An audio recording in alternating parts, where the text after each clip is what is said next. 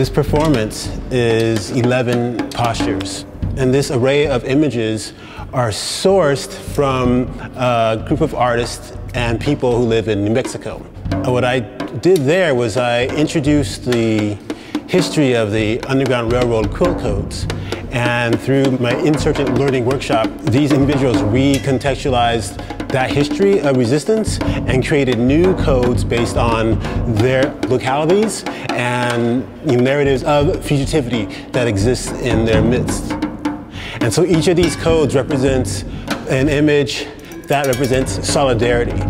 I'm translating these codes into my instrument for the purpose of teaching. And my use of this information is in line with this history. These technologies are related to elements of resistance against hegemonic thought, consciousness, and behavior.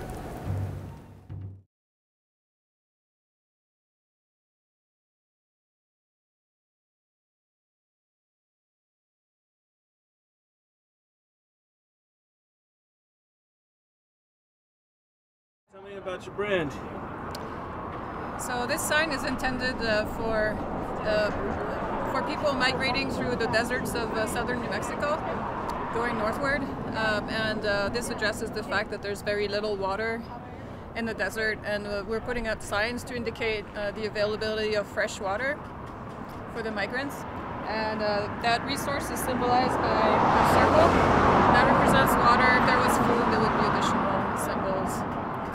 And then, so in order to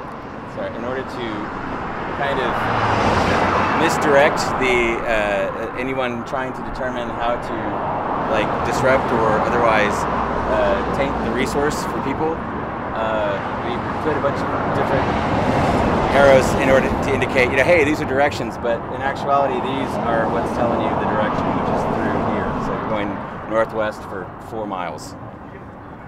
There's fresh water.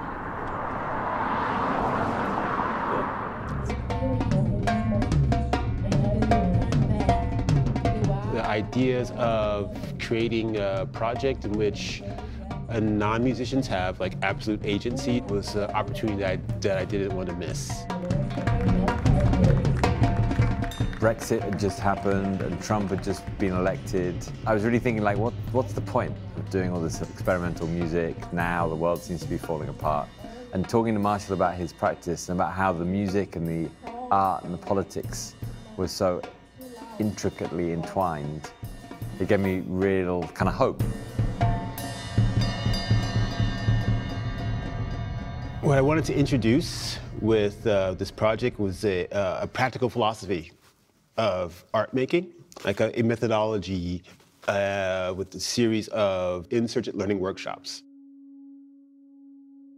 I had them making tactile products, making things with their hands. It's a practice against the status quo, or against the dominant ideologies, for them to be creating narratives and voicing their discontent.